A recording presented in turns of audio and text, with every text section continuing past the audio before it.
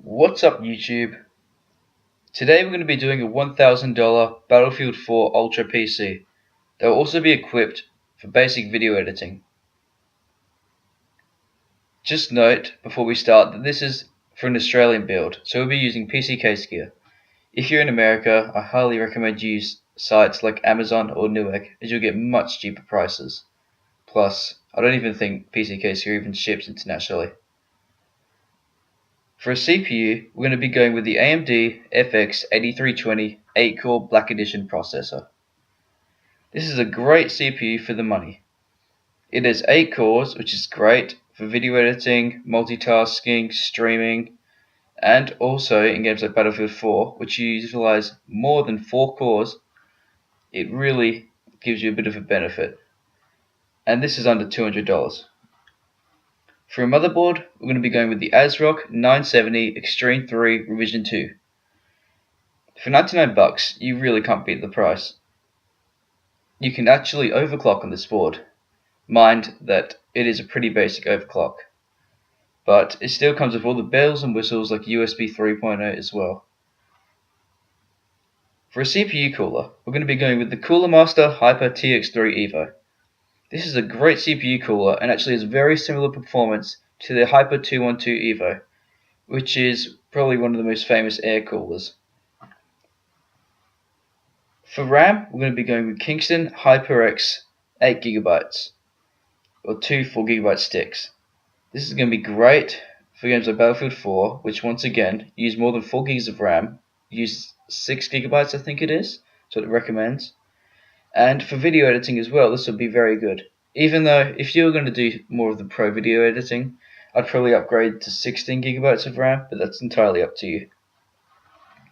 For a hard drive, we're going to be going with the Western Digital Caviar Green 1TB. This drive is mainly just for storing all your movies, games, and other type of media and music on it.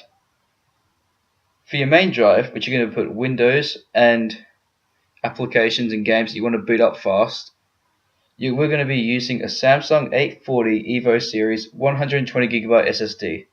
This has great performance and is a very fast SSD for the money and can't really be beat. For a power supply, we're going to be using the Silverstone Strider 500W 80 plus approved power supply.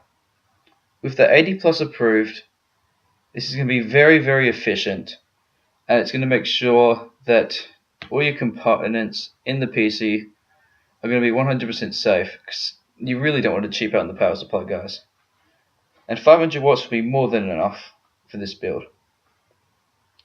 For a case, we're going to be using the Cooler Master K380 case with window. This is a great case, and I've built on this case twice before, and I was astounded by the reliability of it. It was fantastic to work in, the great airflow. It looked awesome with that window and the LED fan that it comes with.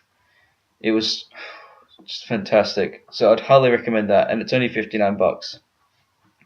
Now for the main part of the system. For the graphics card, we're going to be using the MSI Radeon R9 270X Gaming 2GB. This card actually manages to max Battlefield 4 even on the most stressful maps in 1080p with an average of about 50 to 60 FPS, depending on what map you're playing and what's the combat like. And there we go.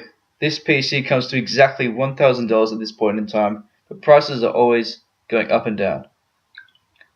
As for the parts, I've actually used these parts in builds before, except with the exception of the R9 270X, but I've done about 10 hours of research into that, and online everyone's been saying it's such a great CPU for the money. Sorry, GPU. Embarrassing.